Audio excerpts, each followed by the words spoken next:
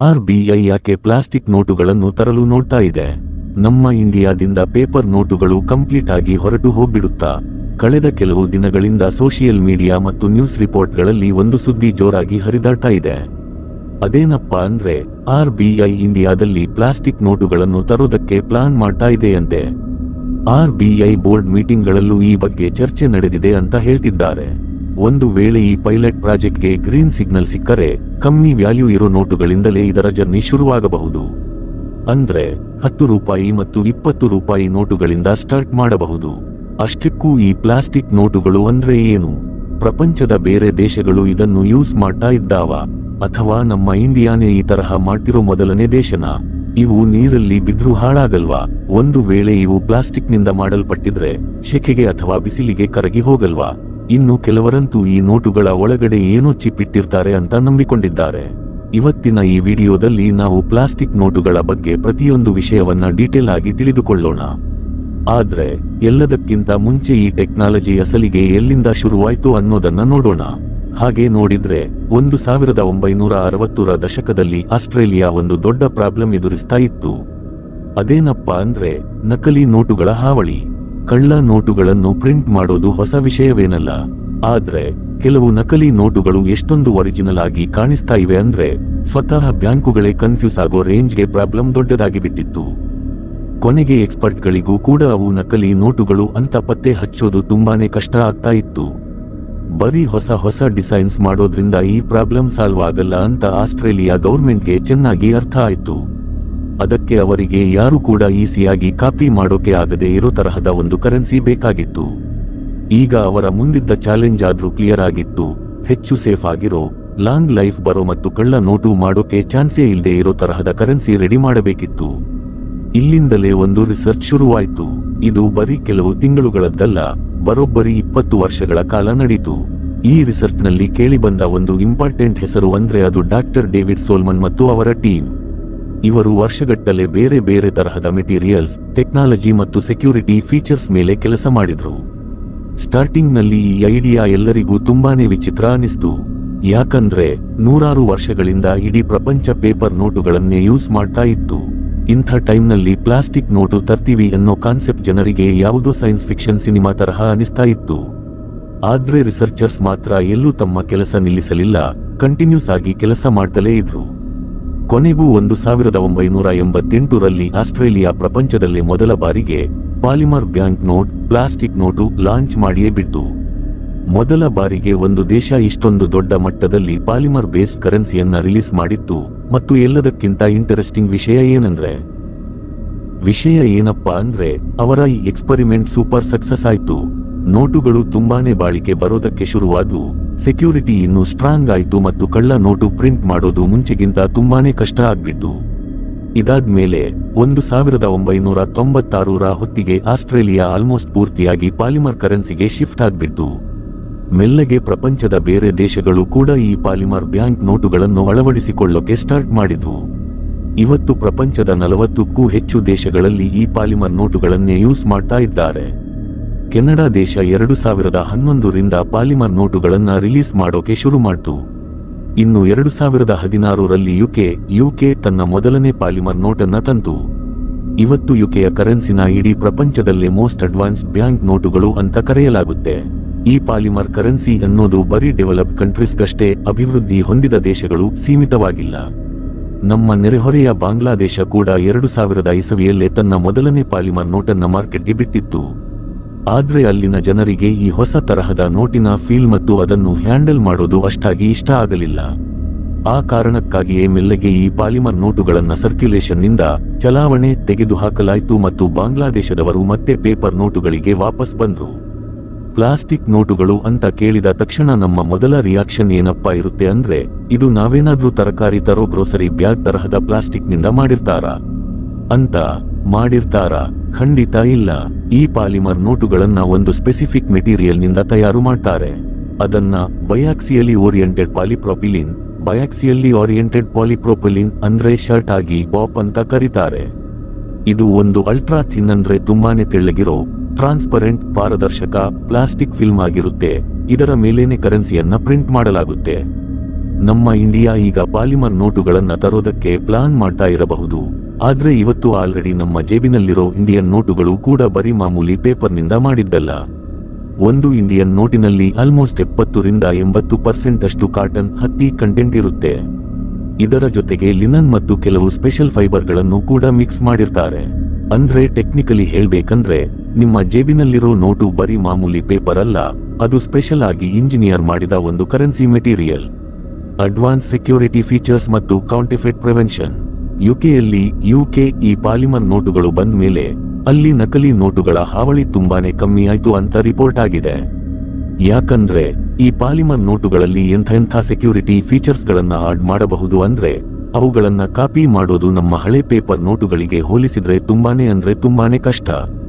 ನೀವೇನಾದ್ರೂ ಕಣ್ಣಾರೆ Canada, Australia ಅಥವಾ ಯುಕೆಯ ಪಾಲಿಮರ್ ನೋಟುಗಳನ್ನ ನೋಡಿದ್ರೆ ಅದರಲ್ಲಿ ಒಂದು ಆರ್ಪಾರ್ ಕಾಣಿಸೋ ಟ್ರಾನ್ಸ್ಪರೆಂಟ್ ಭಾಗವನ್ನ ಖಂಡಿತ ಗಮನಿಸಿರ್ತೀರಾ. ಇದೇ ಟ್ರಾನ್ಸ್ಪರೆಂಟ್ ವಿಂಡೋ, ಪಾರದರ್ಶಕ ಕಿಟಕಿ ಪಾಲಿಮರ್ ನೋಟುಗಳ ಅಸಲಿ ಅತ್ಯಂತ ವಿಶಿಷ್ಟವಾದ ಫೀಚರ್, ಡಿಸ್ಟಿಂಕ್ಟಿವ್ ಫೀಚರ್ ಅಂತಲೇ ಹೇಳಬಹುದು. ಇಂಟರೆಸ್ಟಿಂಗ್ ವಿಷಯ ಏನಪ್ಪಾ ಅಂದ್ರೆ ಇದನ್ನ ಬರೀ ಡೆಕೋರೇಷನ್ಗಾಗಿ ಅಥವಾ ಸುಮ್ಮನೆ ನೋಡೋಕೆ ಚೆನ್ನಾಗಿರಲಿ ಅಂತ ಮಾಡಿರಲ್ಲ. ಇದು ಒಂದು ಪವರ್ಫುಲ್ ಸೆಕ್ಯೂರಿಟಿ ಫೀಚರ್ ಕೂಡ ಹೌದು. ಯಾಕಂದ್ರೆ ಇದನ್ನು ಕಾಪಿ ಮಾಡೋದು ಅಸಾಧ್ಯದ ಮಾತು. ಇದೇ ಕಾರಣಕ್ಕೆ ಕಳ್ಳ ನೋಟು ಜಾಲ ನಡೆಸೋರಿಗೆ ಇದು ಎಲ್ಲದಕ್ಕಿಂತ ದೊಡ್ಡ ತಲೆನೋವಾಗಿ ಪರಿಣಮಿಸಿದೆ. ಈ ಪಾಲಿಮರ್ ನೋಟುಗಳಲ್ಲಿ ಎಷ್ಟೋ ಸೆಕ್ಯೂರಿಟಿ ಫೀಚರ್ಸ್ಗಳು ಹೇಗಿರುತ್ತೆ ಅಂದ್ರೆ ಅವು ನಮಗೆ ಮಾಮೂಲಿ ಕಣ್ಣಿಗೆ ಕಾಣಿಸುವುದೇ ಇಲ್ಲ. ಕೆಲವು ಹಿಡನ್ ಎಲಿಮೆಂಟ್ಸ್ ಅಡಗಿರುವ ವಿಷಯಗಳು ಬರೀ ಯುವಿ ಲೈಟ್ ಕೆಳಗೆ ಇಟ್ಟಾಗ ಮಾತ್ರ ಕಾಣಿಸ್ತವೆ.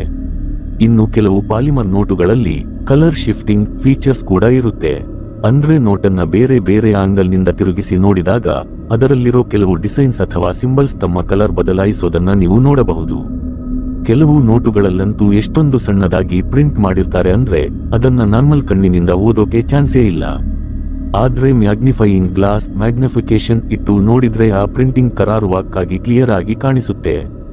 ಅಂದ್ರೆ ಈ ನೋಟಿನ ಒಳಗಡೆ ಸೆಕ್ಯೂರಿಟಿಯ ಹಲವು ಲೇಯರ್ಗಳನ್ನು ಅಡಗಿಸಿಡಲಾಗಿರುತ್ತೆ. ಟೋಟಲ್ ಆಗಿ ಹೇಳಬೇಕಂದ್ರೆ ಪಾಲಿಮರ್ ನೋಟುಗಳು ಬರೀ ದುಡ್ಡಲ್ಲ, ಅವು ಟೆಕ್ನಾಲಜಿ, ಸೆಕ್ಯೂರಿಟಿ ಮತ್ತು ಡಿಸೈನ್ ಎಲ್ಲವೂ ಸೇರಿರೋ ಒಂದು ಅದ್ಭುತ ಕಾಂಬಿನೇಷನ್. ಇದೇ ಕಾರಣಕ್ಕೆ ಪ್ರಪಂಚದ ತುಂಬಾ ದೇಶಗಳು ಇವುಗಳನ್ನ ಅಳವಡಿಸಿಕೊಳ್ಳೋಕೆ ಡಿಸೈಡ್ ಮಾಡಿದ್ದು. ಇಂಥ ಅಡ್ವಾನ್ಸ್ಡ್ ಫೀಚರ್ಸ್ ಅಷ್ಟೇ ಅಲ್ಲದೆ ಈ ಪಾಲಿಮರ್ ನೋಟುಗಳಿಂದ ಇನ್ನು ಪ್ರಾಕ್ಟಿಕಲ್ ಆಗಿ ಎಷ್ಟೋ ಲಾಭಗಳು ಮತ್ತು ಒಳ್ಳೆ ಬಾಳಿಕೆ, ಪ್ರಾಕ್ಟಿಕಲ್ ಬೆನಿಫಿಟ್ಸ್ ಮತ್ತು ಡ್ಯೂರಬಿಲಿಟಿ ಕೂಡ ಸಿಗುತ್ತೆ. ಪ್ರಾಕ್ಟಿಕಲ್ ಆಗಿ ತುಂಬಾನೇ ಲಾಭಗಳಿವೆ ಮತ್ತು ಇದೇ ಲಾಭಗಳು ಆರ್ಬಿಐ ನಂತಹ ಸೆಂಟ್ರಲ್ ಬ್ಯಾಂಕುಗಳು ಇದರ ಮೇಲೆ ಇಂಟರೆಸ್ಟ್ ತೋರಿಸೋಕೆ ಮೇನ್ ರೀಸನ್ ಆಗಿದೆ. ಈ ಪಾಲಿಮರ್ ನೋಟುಗಳ ಅತಿ ದೊಡ್ಡ ಪ್ಲಸ್ ಪಾಯಿಂಟ್ ಅಂದ್ರೆ ಅದುವೇ ಇದರ ಡ್ಯೂರೇಬಿಲಿಟಿ, ಬಾಳಿಕೆ. ನಾವೀಗ ಯೂಸ್ ಮಾಡ್ತಿರೋ ನಾರ್ಮಲ್ ಪೇಪರ್ ನೋಟುಗಳು ಸಾಮಾನ್ಯವಾಗಿ 1 ರಿಂದ 4 ವರ್ಷದ ಒಳಗಡೆನೆ ಹರಿದು ಹೋಗೋಕೋ ಅಥವಾ ಹಾಳಾಗೋಕೋ ಶುರುವಾಗ್ಬಿಡುತ್ತವೆ.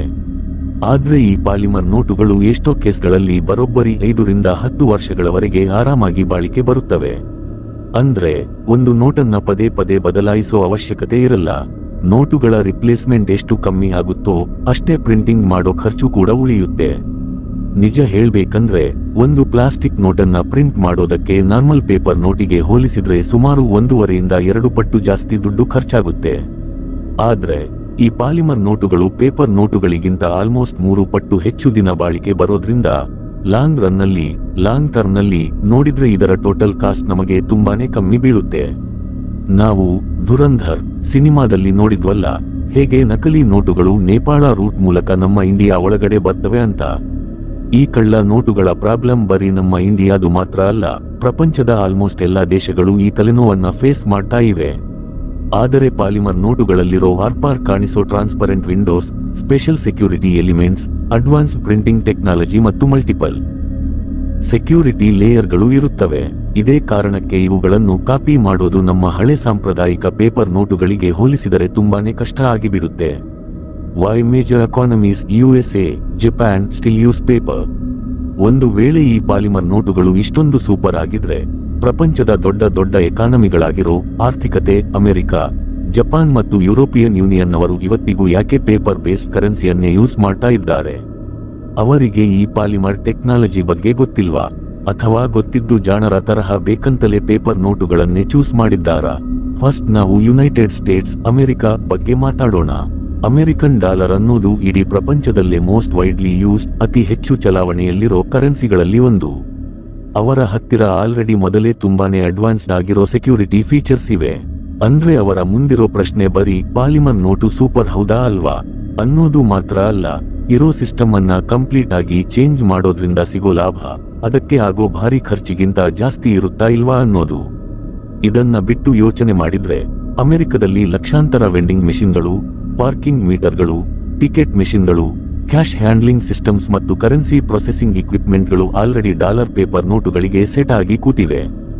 ಒಂದು ವೇಳೆ ಇಡೀ ಕರೆನ್ಸಿಯನ್ನೇ ಚೇಂಜ್ ಮಾಡ್ತೀವಿ ಅಂದ್ರೆ ಬರೀ ನೋಟುಗಳು ಮಾತ್ರ ಚೇಂಜ್ ಆಗಲ್ಲ, ಅದರ ಜೊತೆ ಇರೋ ಇಡೀ ಇಕೋಸಿಸ್ಟಮ್ ಅನ್ನೇ ಬದಲಾಯಿಸಬೇಕಾಗುತ್ತೆ. ಮತ್ತು ಇದರ ಬೆಲೆ ಅಥವಾ ಖರ್ಚು ತುಂಬಾನೇ ದೊಡ್ಡದಾಗಿರಬಹುದು. ಇನ್ನು ನೆಕ್ಸ್ಟ್ ಯುರೋಪಿಯನ್ ಯೂನಿಯನ್ ವಿಷಯಕ್ಕೆ ಬರೋಣ. ಯೂರೋ ಅನ್ನೋದು ಬರೀ ಯಾವುದೋ ಒಂದು ದೇಶದ ಕರೆನ್ಸಿ ಅಲ್ಲ, ಅದು ಎಷ್ಟೋ ದೇಶಗಳ ಕಾಮನ್ ಕರೆನ್ಸಿ. ಅಂದ್ರೆ ಇದರಲ್ಲಿ ಏನಾದ್ರೂ ಒಂದು ದೊಡ್ಡ ಚೇಂಜ್ ಮಾಡಬೇಕು ಅಂದ್ರೂ ಎಲ್ಲ ಮೆಂಬರ್ ಕಂಟ್ರೀಸ್ ಸದಸ್ಯ ದೇಶಗಳು ಒಪ್ಪಿಗೆ ಕೊಡಬೇಕಾಗುತ್ತೆ. ಸದ್ಯಕ್ಕೆ ಇರೋ ಸಿಸ್ಟಮ್ ಸೂಪರ್ ಆಗಿ ಕೆಲಸ ಮಾಡ್ತಾ ಇರೋದ್ರಿಂದ ಅದನ್ನ ಅರ್ಜೆಂಟ್ ಆಗಿ ಬದಲಾಯಿಸೋ ಅವಶ್ಯಕತೆ ಕೂಡ ಅವರಿಗೆ ಕಾಣಿಸ್ತಾ ಇಲ್ಲ. ಇನ್ನು ಜಪಾನ್ ವಿಷಯಕ್ಕೆ ಬಂದ್ರೆ ಪ್ರಪಂಚದಲ್ಲೇ ಜಪಾನ್ ಒಂದು ಮೋಸ್ಟ್ ಇಂಟರೆಸ್ಟಿಂಗ್ ಎಕ್ಸಾಂಪಲ್ ಅಂತ ಹೇಳಬಹುದು. ಯಾಕಂದ್ರೆ ಅಲ್ಲಿನ ಪೇಪರ್ ಕರೆನ್ಸಿನ ಇಡೀ ಪ್ರಪಂಚದಲ್ಲೇ ಅತ್ಯಂತ ಸೋಫಿಸ್ಟಿಕೇಟೆಡ್ ಅಂದ್ರೆ ಹೈಲಿ ಅಡ್ವಾನ್ಸ್ಡ್ ಕರೆನ್ಸಿ ಅಂತ ನಂಬಲಾಗಿದೆ. ಜಪಾನಿ ಬ್ಯಾಂಕ್ ನೋಟುಗಳ ಪ್ರಿಂಟಿಂಗ್ ಟೆಕ್ನಾಲಜಿ ಎಷ್ಟೊಂದು ನೆಕ್ಸ್ಟ್ ಲೆವೆಲ್ನಲ್ಲಿದೆ ಅಂದ್ರೆ ಅಲ್ಲಿ ನಕಲಿ ನೋಟು ಮಾಡೋದು ಮೊದಲಿನಿಂದಲೂ ಇಂಪಾಸಿಬಲ್ ಅನ್ನೋ ರೇಂಜ್ನಲ್ಲೇ ಇದೆ. ಇದಲ್ಲದೆ ಜಪಾನ್ನಲ್ಲಿ ಇವತ್ತಿಗೂ ಕ್ಯಾಶ್ ಕಲ್ಚರ್, ನಗದು ಚಲಾವಣೆ ತುಂಬಾನೇ ಸ್ಟ್ರಾಂಗ್ ಆಗಿದೆ. ಇದೇ ಮೇನ್ ರೀಸನ್ಗಳಿಂದಾಗಿ ಈ ದೇಶಗಳು ಇನ್ನುವರೆಗೂ ಪಾಲಿಮರ್ ನೋಟುಗಳ ಕಡೆ ಮುಖ ಮಾಡಿಲ್ಲ. ಆದ್ರೆ ಈ ಪಾಲಿಮರ್ ನೋಟುಗಳು ಕಂಪ್ಲೀಟ್ ಆಗಿ ಪರ್ಫೆಕ್ಟ್ ಅಂತ ಏನಿಲ್ಲ. ಚಾಲೆಂಜಸ್ ಮತ್ತು ಎನ್ವೈರನ್ಮೆಂಟಲ್ ಕನ್ಸರ್ನ್ಸ್. ಯಾಕಂದ್ರೆ ಬೇರೆ ಎಲ್ಲಾ ಟೆಕ್ನಾಲಜಿ ತರಹನೇ ಈ ಪಾಲಿಮರ್ ನೋಟುಗಳಲ್ಲೂ ಒಂದಿಷ್ಟು ಪ್ಲಸ್ ಪಾಯಿಂಟ್ಸ್ ಇದ್ರೆ ಇನ್ನೊಂದಿಷ್ಟು ಚಾಲೆಂಜ್ಗಳು ಅಥವಾ ಮೈನಸ್ ಪಾಯಿಂಟ್ಸ್ ಕೂಡ ಇವೆ. ಪಾಲಿಮರ್ ನೋಟುಗಳ ಬಗ್ಗೆ ಕೇಳಿಬರೋ ಅತಿ ದೊಡ್ಡ ಕಂಪ್ಲೇಂಟ್ ಅಂದ್ರೆ ಇದರ ಸ್ಟಾರ್ಟಿಂಗ್ ಕಾಸ್ಟ್, ಆರಂಭಿಕ ವೆಚ್ಚ. ಇವು ಲಾಂಗ್ ಟರ್ಮ್ ನಲ್ಲಿ ನಮಗೆ ಚೀಪ್ ಅನ್ಸಬಹುದು, ಆದ್ರೆ ಸ್ಟಾರ್ಟಿಂಗ್ ನಲ್ಲಿ ಇವುಗಳನ್ನ ಪ್ರಿಂಟ್ ಮಾಡೋದು ನಾರ್ಮಲ್ ಪೇಪರ್ ನೋಟುಗಳಿಗೆ ಹೋಲಿಸಿದ್ರೆ ತುಂಬಾನೇ ಕಾಸ್ಟ್ಲಿ ಆಗಿರುತ್ತೆ. ಮೊದಲನೆಯದಾಗಿ ನೋಡೋಕೆ ಈ ಪಾಲಿಮರ್ ನೋಟುಗಳು ತುಂಬಾನೇ ಮಾಡರ್ನ್ ಆಗಿ ಕಾಣಿಸುತ್ತವೆ. ಆದ್ರೆ ಇವುಗಳ ಲೈಫ್ ಮುಗಿದ ಮೇಲೆ ಅಂದ್ರೆ ಇವು ಹಳೆಯದಾದಾಗ ಇವುಗಳನ್ನ ಏನು ಮಾಡಬೇಕು ಅನ್ನೋ ಪ್ರಶ್ನೆ ಬರುತ್ತೆ. ಪೇಪರ್ ನೋಟುಗಳನ್ನ ಡಿಸ್ಟ್ರಾಯ್ ಮಾಡೋದು, ನಾಶಪಡಿಸೋದು ಕಂಪ್ಯಾರಿಟಿವ್ಲಿ ತುಂಬಾನೇ ಈಸಿ. ಆದ್ರೆ ಈ ಪಾಲಿಮರ್ ನೋಟುಗಳು ಪ್ಲಾಸ್ಟಿಕ್ ಬೇಸ್ಡ್ ಮೆಟೀರಿಯಲ್ ನಿಂದ ಮಾಡಲ್ಪಟ್ಟಿರುವುದರಿಂದ ಇವುಗಳನ್ನ ಸುಮ್ಮನೆ ಹಾಗೆ ಸುಟ್ಟು ಹಾಕುವುದು ಸರಿಯಾದ ಆಪ್ಷನ್ ಅಲ್ಲ. ಯಾಕಂದ್ರೆ ಇದರಿಂದ ಎನ್ವಿರಾನ್ಮೆಂಟಲ್ ಪ್ರಾಬ್ಲಮ್ಸ್, ಪರಿಸರ ಮಾಲಿನ್ಯ ಕ್ರಿಯೇಟ್ ಆಗಬಹುದು. ಇದಕ್ಕಾಗಿಯೇ ಪ್ರಾಪರ್ ಆದ ರಿಸೈಕ್ಲಿಂಗ್ ಸಿಸ್ಟಮ್, ಮರುಬಳಕೆ ವ್ಯವಸ್ಥೆ ಬೇಕಾಗುತ್ತೆ. ಆದ್ರೆ ಇಂಟರೆಸ್ಟಿಂಗ್ ವಿಷಯ ಏನಪ್ಪಾ ಅಂದ್ರೆ ಇವತ್ತಿಗೂ ತುಂಬಾ ದೇಶಗಳಲ್ಲಿ ಈ ಪಾಲಿಮರ್ ನೋಟುಗಳನ್ನ ರಿಸೈಕಲ್ ಮಾಡೋ ಇನ್ಫ್ರಾಸ್ಟ್ರಕ್ಚರ್, ಮೂಲಸೌಕರ್ಯ ಇನ್ನೂ ಪೂರ್ತಿಯಾಗಿ ಡೆವಲಪ್ ಆಗಿಲ್ಲ. ನಮ್ಮ ಇಂಡಿಯಾದಂತಹ ಇಷ್ಟೊಂದು ದೊಡ್ಡ ದೇಶದಲ್ಲಿ ಈ ಚಾಲೆಂಜ್ ಇನ್ನೂ ಭೀಕರವಾಗಿರಬಹುದು. Impact on India's banking infrastructure. ಒಂದು ವೇಳೆ ನಾಳೆನೇ RBI ಈ ಪಾಲಿಮರ್ ನೋಟುಗಳನ್ನ ರಿಲೀಸ್ ಮಾಡಿಬಿಟ್ಟರೆ ಬರೀ ನೋಟುಗಳು ಅಷ್ಟೇ ಚೇಂಜ್ ಆಗಲ್ಲ, ಇಡೀ ಎಕಾನಮಿಯ ಇಕೋಸಿಸ್ಟಮ್ ಅನ್ನೇ ಬದಲಾಯಿಸಬೇಕಾಗುತ್ತೆ. ನಮ್ಮ ATMಗಳು, ATMs, ಕರೆನ್ಸಿ ಕೌಂಟಿಂಗ್ ಮೆಷಿನ್ಗಳು, ಕ್ಯಾಶ್ ಸಾರ್ಟಿಂಗ್ ಸಿಸ್ಟಮ್ಸ್, ವೆಂಡಿಂಗ್ ಮೆಷಿನ್ಗಳು ಮತ್ತು ಬ್ಯಾಂಕಿಂಗ್ ನಲ್ಲಿ ಯೂಸ್ ಮಾಡೋ ಎಷ್ಟೋ ಡಿವೈಸ್ಗಳನ್ನ ಮತ್ತೆ ರೀಕ್ಯಾಲಿಬ್ರೇಟ್ ಅಂದ್ರೆ ಹೊಸ ನೋಟುಗಳಿಗೆ ಸೆಟ್ ಮಾಡಬೇಕಾಗುತ್ತೆ. ಟೆಕ್ನಾಲಜಿ ಎಷ್ಟೇ ಸೂಪರ್ ಆಗಿದ್ರೂ ಕೊನೆಗೆ ಅದನ್ನ ಯೂಸ್ ಮಾಡೋದು ಜನರೇ ಅಲ್ವಾ. ನಮ್ಮ ಇಂಡಿಯಾದಲ್ಲಿ ಕ್ಯಾಶ್ ಅನ್ನೋದು ಬರೀ ದುಡ್ಡಲ್ಲ, ಅದು ನಮ್ಮ ಲೈಫ್ನ ಒಂದು ಅಭ್ಯಾಸ ಕೂಡ ಹೌದು. ಈಗ ಸಡನ್ ಆಗಿ ನೋಟಿನ ಟೆಕ್ಸ್ಚರ್, ಕೈಗೆ ಸಿಗೋ ಫೀಲ್ ಮತ್ತು ಅದರ ಲುಕ್ ಎಲ್ಲವೂ ಚೇಂಜ್ ಆಗ್ಬಿಟ್ರೆ ಜನರಿಗೆ ಅದನ್ನ ಅಕ್ಸೆಪ್ಟ್ ಮಾಡಿಕೊಳ್ಳೋಕೆ ಸ್ವಲ್ಪ ಟೈಮ್ ಬೇಕಾಗಬಹುದು. ಅದರಲ್ಲೂ ಮುಖ್ಯವಾಗಿ ರೂರಲ್ ಏರಿಯಾಗಳಲ್ಲಿ, ಹಳ್ಳಿಗಳಲ್ಲಿ ಜನರಿಗೆ ಇದು ಕಷ್ಟ ಆಗಬಹುದು. ಹೀಟ್ ರೆಸಿಸ್ಟೆನ್ಸ್ ಮತ್ತು ಕ್ಲೈಮೇಟ್ ಅಡ್ಯಾಪ್ಟಬಿಲಿಟಿ. ಈ ಪಾಲಿಮರ್ ನೋಟುಗಳ ಬಗ್ಗೆ ಎಲ್ಲರಲ್ಲೂ ಕಾಡುವ ಒಂದು ಕಾಮನ್ ಪ್ರಶ್ನೆ ಏನಪ್ಪಾ ಅಂದ್ರೆ ಇವು ಸಿಕ್ಕಾಪಟ್ಟೆ ಬಿಸಿಲಿಗೆ ಕರಗಿ ಹೋಗ್ಬಿಡಲ್ವಾ ಅಂತ. ಯಾಕಂದ್ರೆ ನಮ್ಮ ಇಂಡಿಯಾದ ಕೆಲವು ಕಡೆಗಳಲ್ಲಂತೂ ಟೆಂಪರೇಚರ್ 45 ಡಿಗ್ರಿ ಸೆಲ್ಸಿಯಸ್ಗಿಂತಲೂ ಮೇಲಕ್ಕೆ ಹೋಗಿಬಿಡುತ್ತೆ. ಕೇಳೋಕೆ ಈ ಭಯ ನಿಜ ಅನಿಸಿದ್ರೂ ಈ ಪಾಲಿಮರ್ ನೋಟುಗಳನ್ನ ನಾರ್ಮಲ್ ಆಗಿರೋ ಬಿಸಿಲು ಮತ್ತು ಶೆಕೆಯನ್ನ ತಡೆದುಕೊಳ್ಳುವ ತರಹನೇ ಡಿಸೈನ್ ಮಾಡಿರುತ್ತಾರೆ. ಆಸ್ಟ್ರೇಲಿಯಾದಂತಹ ದೇಶಗಳಲ್ಲೂ ಕೂಡ ಸಿಕ್ಕಾಪಟ್ಟೆ ಎಕ್ಸ್ಟ್ರೀಮ್ ಟೆಂಪರೇಚರ್ ಇರುತ್ತೆ. ಆದ್ರೂ ಅಲ್ಲಿ ಕಳೆದ ಕೆಲವು ದಶಕಗಳಿಂದ ಈ ಪಾಲಿಮರ್ ನೋಟುಗಳನ್ನ ಆರಾಮಾಗಿ ಯೂಸ್ ಮಾಡ್ತಾ ಇದ್ದಾರೆ. History of polymer note trials. ನಮ್ಮ ಭಾರತದಲ್ಲಿ ಈ ಪ್ಲಾಸ್ಟಿಕ್ ನೋಟುಗಳ ಬಗ್ಗೆ ಚರ್ಚೆ ಆಗ್ತಿರೋದು ಇದೇ ಮೊದಲನೇ ಬಾರಿ ಏನಲ್ಲ. ಕಳೆದ 2013ರಲ್ಲೇ RBI 10 ರೂಪಾಯಿ ಮುಖಬೆಲೆಯ ಪಾಲಿಮರ್ ನೋಟುಗಳ ಫೀಲ್ಡ್ ಟ್ರಯಲ್, ಪ್ರಾಯೋಗಿಕ ಪರೀಕ್ಷೆ ಮಾಡೋದಾಗಿ ಅನೌನ್ಸ್ ಮಾಡಿತ್ತು. ಅವರ ಪ್ಲಾನ್ ಏನಪ್ಪಾ ಇತ್ತು ಅಂದ್ರೆ, ಕೆಲವು ಸೆಲೆಕ್ಟೆಡ್ ಸಿಟಿಗಳಲ್ಲಿ ಈ ಪಾಲಿಮರ್ ನೋಟುಗಳನ್ನ ಲಿಮಿಟೆಡ್ ಆಗಿ ಮಾರ್ಕೆಟ್ಗೆ ಬಿಟ್ಟು ನಮ್ಮ ಇಂಡಿಯಾದ ವಾತಾವರಣ ಮತ್ತು ಪರಿಸ್ಥಿತಿಯಲ್ಲಿ ಇವು ಹೇಗೆ ಕೆಲಸ ಮಾಡುತ್ತವೆ ಅಂತ ಚೆಕ್ ಮಾಡೋದಾಗಿತ್ತು. ಒಂದು ವೇಳೆ ಈ ಪಾಲಿಮರ್ ನೋಟುಗಳನ್ನ ದೊಡ್ಡ ಮಟ್ಟದಲ್ಲಿ ತರಬೇಕಂದ್ರೆ ಎಟಿಎಂ ಮೆಷಿನ್ಗಳು, ಕ್ಯಾಶ್ ಸಾರ್ಟಿಂಗ್ ಮೆಷಿನ್ಗಳು ಮತ್ತು ಇಡೀ ಬ್ಯಾಂಕಿಂಗ್ ಇನ್ಫ್ರಾಸ್ಟ್ರಕ್ಚರ್ನ ಹಲವು ಭಾಗಗಳನ್ನ ಈ ಹೊಸ ನೋಟುಗಳಿಗೆ ತಕ್ಕಂತೆ ರೆಡಿ ಮಾಡಬೇಕಾಗುತ್ತಿತ್ತು. ಇದಲ್ಲದೆ RBIಗೆ ಇನ್ನೊಂದು ಮುಖ್ಯವಾದ ವಿಷಯವನ್ನ ಅರ್ಥ ಮಾಡಿಕೊಳ್ಳಬೇಕಿತ್ತು. ಅದೇನಪ್ಪಾ ಅಂದ್ರೆ ಭಾರತ, ನಮ್ಮ ಇಂಡಿಯಾದಂತಹ ಇಷ್ಟೊಂದು ದೊಡ್ಡ ಮತ್ತು ಬೇರೆ ಬೇರೆ ತರಹದ ಕ್ಲೈಮೇಟ್, ಹವಾಮಾನ ಇರೋ ದೇಶದಲ್ಲಿ ಈ ಪಾಲಿಮರ್ ನೋಟುಗಳು ನಿಜವಾಗಿಯೂ ಎಷ್ಟು ಚೆನ್ನಾಗಿ ಬಾಳಿಕೆ ಬರುತ್ತವೆ ಅಂತ ನೋಡಬೇಕಿತ್ತು. ರಾಜಸ್ಥಾನದ ಸುಡುವ ಬಿಸಿಲು, ಕೇರಳದ ಹ್ಯೂಮಿಡಿಟಿ, ಮಾಯಿಶ್ಚರ್ ಮತ್ತು ಈಶಾನ್ಯ ಭಾರತದ ಕಂಟಿನ್ಯೂಸ್ ಮಳೆ, ಎಲ್ಲಾ ಕಂಡೀಷನ್ಗಳಲ್ಲೂ ನೋಟುಗಳನ್ನು ಟೆಸ್ಟ್ ಮಾಡೋದು ತುಂಬಾನೇ ಇಂಪಾರ್ಟೆಂಟ್ ಆಗಿತ್ತು. ಆದರೆ ಆಮೇಲೆ ದಿನಗಳು ಕಳೆದಂತೆ ಈ ಪ್ಲಾಸ್ಟಿಕ್ ನೋಟುಗಳ ಪ್ಲಾನ್ ಮೆಲ್ಲಗೆ ಮುಂದೆ ಹೋಗೋ ಬದಲು ಸೈಲೆಂಟ್ ಆಗಿ ಬಿಟ್ಟು ತಣ್ಣಗಾಗಿ ಹೋಯ್ತು. Why RBI is reconsidering plastic notes now? ಆದ್ರೆ ಈಗ ಸಡನ್ ಆಗಿ ಏನಪ್ಪಾ ಚೇಂಜ್ ಆಯ್ತು ಅಂತ RBI ಮತ್ತೊಮ್ಮೆ ಈ ಪಾಲಿಮರ್ ನೋಟುಗಳ ಬಗ್ಗೆ ಯೋಚನೆ ಮಾಡೋಕೆ ಸ್ಟಾರ್ಟ್ ಮಾಡಿದೆ. ನೋಡಿ, ನಮ್ಮ ಭಾರತ ತುಂಬಾನೇ ವರ್ಷಗಳಿಂದ ಈ ಫೇಕ್ ಕರೆನ್ಸಿ ಅಂದ್ರೆ ಕಳ್ಳ ನೋಟುಗಳ ದೊಡ್ಡ ಪ್ರಾಬ್ಲಮ್ ಫೇಸ್ ಮಾಡ್ತಾನೆ ಬಂದಿದೆ. ಟೈಮ್ ಟು ಟೈಮ್ ನಮ್ಮ ಸೆಕ್ಯೂರಿಟಿ ಏಜೆನ್ಸಿಗಳು ನಕಲಿ ನೋಟುಗಳ ದೊಡ್ಡ ದೊಡ್ಡ ನೆಟ್ವರ್ಕ್ಗಳನ್ನ ಪತ್ತೆ ಹಚ್ಚುತ್ತಲೇ ಇವೆ. ಅದರಲ್ಲೂ ಮುಖ್ಯವಾಗಿ ದೊಡ್ಡ ದೊಡ್ಡ ನೋಟುಗಳಾದ 500 ರೂಪಾಯಿ ಮತ್ತು ಮುಂಚೆ ಇದ್ದ 2000 ರೂಪಾಯಿ ನೋಟುಗಳ ಹಾವಳಿ ಜೋರಾಗಿತ್ತು. ಇದೇ ಮೇನ್ ರೀಸನ್ಗೆ RBI ಯಾವಾಗ್ಲೂ ಹೊಸ ಸೆಕ್ಯೂರಿಟಿ ಟೆಕ್ನಾಲಜಿಗಳನ್ನ ಹುಡುಕುತ್ತಲೇ ಇರುತ್ತೆ. ಮತ್ತು ಈ ಪಾಲಿಮರ್ ನೋಟುಗಳನ್ನು ತರೋದು ಆ ನಿಟ್ಟಿನಲ್ಲಿ ಒಂದು ಒಳ್ಳೆ ಸ್ಟೆಪ್ ಅಂತ ಅಂದುಕೊಂಡಿದ್ದಾರೆ. ಯಾಕಂದ್ರೆ ಇವುಗಳಲ್ಲಿರೋ ಸೆಕ್ಯೂರಿಟಿ ಫೀಚರ್ಸ್ ಕಾಪಿ ಮಾಡೋದು ನಮ್ಮ ಹಳೆ ಪೇಪರ್ ನೋಟುಗಳಿಗಿಂತ 100 ಪಟ್ಟು ಕಷ್ಟ. ಇದಲ್ಲದೆ ಪ್ರತಿ ವರ್ಷ ಕೋಟ್ಯಂತರ ನೋಟುಗಳು ಮಾರ್ಕೆಟ್ನಿಂದ, ಚಲಾವಣೆಯಿಂದ ಹೊರಟು ಹೋಗುತ್ತವೆ. ಕೆಲವು ಹರಿದು ಹೋಗ್ತವೆ, ಇನ್ನು ಕೆಲವು ಗಲೀಜಾಗುತ್ತವೆ ಮತ್ತು ಇನ್ನು ಕೆಲವು ಎಷ್ಟೊಂದು ಹಾಳಾಗಿ ಬಿಡುತ್ತವೆ ಅಂದ್ರೆ ಅವುಗಳನ್ನ ಯೂಸ್ ನೋಡೋಕೆ ಆಗುವುದೇ ಇಲ್ಲ. ಆಮೇಲೆ RBI ಅಂತಹ ನೋಟುಗಳನ್ನ ಸಿಸ್ಟಮ್ನಿಂದ ತೆಗೆದು ಹಾಕುತ್ತೆ, ಡಿಫೇಸ್ ಅಥವಾ ಡಿಸ್ಟ್ರಾಯ್, ನಾಶ ಮಾಡುತ್ತೆ ಮತ್ತು ಅವುಗಳ ಜಾಗಕ್ಕೆ ಹೊಸ ನೋಟುಗಳನ್ನ ಪ್ರಿಂಟ್ ಮಾಡುತ್ತೆ. ಆದರೆ ಈ ಇಡೀ ಪ್ರೊಸೆಸ್ ಇದೆಯಲ್ಲ, ಇದು ಅಂದುಕೊಂಡಷ್ಟು ಈಸಿಯೂ ಅಲ್ಲ ಮತ್ತು ಚೀಪೂ ಅಲ್ಲ. ನೋಟುಗಳ ರಿಪ್ಲೇಸ್ಮೆಂಟ್ ಎಷ್ಟು ಜಾಸ್ತಿ ಆಗುತ್ತೋ ಅಷ್ಟೇ ಖರ್ಚು ಕೂಡ ಹೆಚ್ಚಾಗುತ್ತೆ. ನಮ್ಮ ದೇಶ ದಿನೇ ದಿನೇ ದೊಡ್ಡದಾಗ್ತಾ ಇದೆ, ಟ್ರಾನ್ಸಾಕ್ಷನ್ಗಳು, ವ್ಯವಹಾರಗಳು ಸಿಕ್ಕಾಪಟ್ಟೆ ಹೆಚ್ಚಾಗ್ತಾ ಇವೆ. ಇದರ ಜೊತೆಗೆ ಇವತ್ತಿಗೂ ಕ್ಯಾಶ್ ಡಿಮ್ಯಾಂಡ್, ನಗದಿನ ಬೇಡಿಕೆ ಹಾಗೇ ಇದೆ. ಯಾವಾಗ ಮಾರ್ಕೆಟ್ನಲ್ಲಿ ಜಾಸ್ತಿ ನೋಟುಗಳು ಇರುತ್ತವೋ ಆಗ ರಿಪ್ಲೇಸ್ಮೆಂಟ್ ಮಾಡೋ ಅವಶ್ಯಕತೆಯೂ ಜಾಸ್ತಿ ಇರುತ್ತೆ. ಅಂದ್ರೆ RBIಗೆ ಈ ಕರೆನ್ಸಿ ಮ್ಯಾನೇಜ್ಮೆಂಟ್ ಮಾಡೋ ಚಾಲೆಂಜ್ ಕೂಡ ದಿನೇ ದಿನೇ ದೊಡ್ಡದಾಗ್ತಾ ಹೋಗುತ್ತೆ. UPI versus cash, why physical currency still matters? ಇನ್ನೊಂದು ಮುಖ್ಯವಾದ ಪ್ರಶ್ನೆ ಏನಪ್ಪಾ ಅಂದ್ರೆ, ನಮ್ಮ ಇಂಡಿಯಾದಲ್ಲಿ UPI ಇಷ್ಟೊಂದು ಸ್ಪೀಡ್ ಆಗಿ ಬೆಳೆಯುತ್ತಾ ಇರಬೇಕಾದ್ರೆ ಅಸಲಿಗೆ ಈ ಕ್ಯಾಶ್ನ ಅವಶ್ಯಕತೆ ಆದ್ರೂ ಏನಿದೆ? ಪ್ರತಿದಿನ ಲಕ್ಷಾಂತರ ಅಲ್ಲ, ಕೋಟ್ಯಂತರ ಟ್ರಾನ್ಸಾಕ್ಷನ್ಗಳು ಬರೀ UPI ಮೂಲಕವೇ ನಡೀತಾ ಇವೆ. ಜನ ಸಣ್ಣ ಚಹಾ ಅಂಗಡಿಯಿಂದ ಹಿಡಿದು ದೊಡ್ಡ ದೊಡ್ಡ ಶಾಪಿಂಗ್ ಮಾಲ್ಗಳವರೆಗೆ ಪ್ರತಿಯೊಂದು ಕಡೆ QR ಕೋಡ್ ಸ್ಕ್ಯಾನ್ ಮಾಡಿ ಪೇಮೆಂಟ್ ಮಾಡ್ತಾ ಇದ್ದಾರೆ. ಇನ್ನು ಕೆಲವು ಜನರಂತೂ ತಿಂಗಳುಗಳಿಂದ ಕೈಯಲ್ಲಿ ಕ್ಯಾಶ್ ಅನ್ನೇ ನೋಡಿರಲ್ಲ, ATMನಿಂದ ದುಡ್ಡನ್ನೇ ಡ್ರಾ ಮಾಡಿರಲ್ಲ. ಹಾಗಿರಬೇಕಾದ್ರೆ RBI ಯಾಕೆ ಹೊಸ ನೋಟುಗಳ ಮೇಲೆ ಇಷ್ಟೊಂದು ದುಡ್ಡು ಖರ್ಚು ಮಾಡೋಕೆ ನೋಡ್ತಾ ಇದೆ? ವಿಷಯ ಏನಪ್ಪಾ ಅಂದ್ರೆ, UPI ಇಷ್ಟೊಂದು ಜೋರಾಗಿ ಬೆಳೆದಿದ್ರೂ ಕೂಡ ನಮ್ಮ ಇಂಡಿಯಾದಲ್ಲಿ ಕ್ಯಾಶ್ ಚಲಾವಣೆ ಕಮ್ಮಿಯಾಗಿಲ್ಲ. ಬದಲಿಗೆ ಹಲವು ರಿಪೋರ್ಟ್ಗಳ ಪ್ರಕಾರ ಮಾರ್ಕೆಟ್ನಲ್ಲಿರೋ ಕ್ಯಾಶ್ ವ್ಯಾಲ್ಯೂ ದಿನ ಕಳೆದಂತೆ ಇನ್ನೂ ಜಾಸ್ತಿನೇ ಆಗ್ತಾ ಇದೆ. ಅಂದ್ರೆ ಒಂದು ಕಡೆ ಡಿಜಿಟಲ್ UPI ಕೂಡ ಬೆಳೀತಿದೆ, ಇನ್ನೊಂದು ಕಡೆ ಕ್ಯಾಶ್ ಕೂಡ ತನ್ನ ಜಾಗವನ್ನ ಹಾಗೆ ಉಳಿಸಿಕೊಂಡಿದೆ.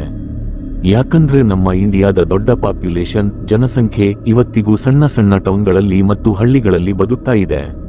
ಅಲ್ಲಿ ಪ್ರತಿಯೊಬ್ಬ ವ್ಯಕ್ತಿಗೂ ಹತ್ತಿರ ಇವತ್ತಿಗೂ ಸ್ಮಾರ್ಟ್ ಫೋನ್ ಇಲ್ಲ. ಎಲ್ಲಾ ಕಡೆ ಇಂಟರ್ನೆಟ್ ಕೂಡ ಒಂದೇ ತರಹ ಕರೆಕ್ಟ್ ಆಗಿ ಸಿಗಲ್ಲ, ರಿಲಯಬಲ್ ಆಗಿರಲ್ಲ ಮತ್ತು ಪ್ರತಿಯೊಬ್ಬ ವ್ಯಕ್ತಿಯೂ ಕೂಡ ಈ ಡಿಜಿಟಲ್ ಪೇಮೆಂಟ್ಗಳನ್ನು ರೆಗ್ಯುಲರ್ ಆಗಿ ಯೂಸ್ ಮಾಡಲ್ಲ. ಇಂಥ ಪರಿಸ್ಥಿತಿಯಲ್ಲಿ ನಮಗೆ ಇವತ್ತಿಗೂ ಕ್ಯಾಶ್ ಅನ್ನೋದೇ ಎಲ್ಲದಕ್ಕಿಂತ ಈಸಿಯಾದ ಪೇಮೆಂಟ್ ಮೆಥಡ್ ಆಗಿ ಉಳಿದುಕೊಂಡಿದೆ. ಎರಡನೇ ಮೇನ್ ರೀಸನ್ ಅಂದ್ರೆ ಕನೆಕ್ಟಿವಿಟಿ ಪ್ರಾಬ್ಲಮ್.